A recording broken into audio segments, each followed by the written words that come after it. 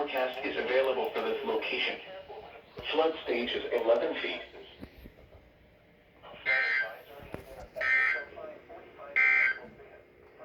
Wind advisory remains in effect until 7 a.m. Saturday.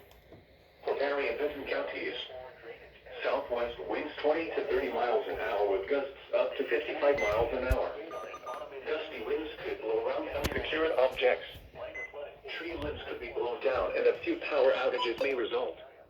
People should avoid being outside in forested areas and around trees and branches.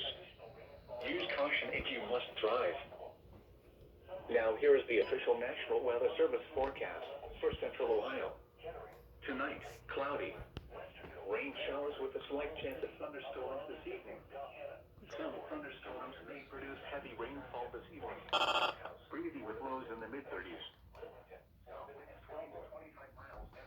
Becoming west after midnight. Gusts up to 50 miles an hour. Chance of rain 90%. Saturday, mostly cloudy in the morning, then becoming partly cloudy. Highs around 50. Northwest winds 15 to 20 miles an hour with gusts up to 40.